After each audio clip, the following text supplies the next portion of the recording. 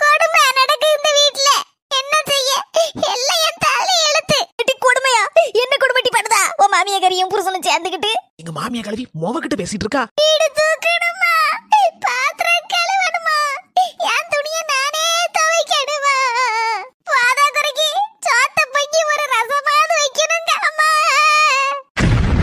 இடி பொறுத்தது போதும், பொங்கி எழுந்துரு. போலீஸ் ஸ்டேஷன்ல போய் ஒரு கம்ப்ளைண்ட் குட்டிட்டி உன் மாமியா மேல. ஏத்தே மர்மலா கேட்டியா? என் மோவலா உன் மாமியாரி ரொம்ப கொடுமைப்படுத்தலாம். பாத்திரம் தைக்க சொல்லுதாலாம், வீடு தூக்க சொல்லுதாலாம், அவ துணியை அவளே துவைக்க சொல்லுதாலாம். ஒரு ரசம் கூட வச்சு உனக்கு சோத்த பொங்க முடியலையேன்னு படாத பாடு படுத்துதாலாம். அதுக்கு நீங்க என்னதே ஐடியா குடுக்கீங்க? இவ்வளவு கொடுமைப்படுத்த அவ மாமியாரியை போலீஸ்ல புடிச்சு கொடுக்கணும்னு சொல்லியிருக்கேன். இப்போ முதல்ல போலீஸ் ஸ்டேஷன்ல உங்களை தான் உள்ள கொண்டு வச்சு நொத்தி எடுக்கணும்.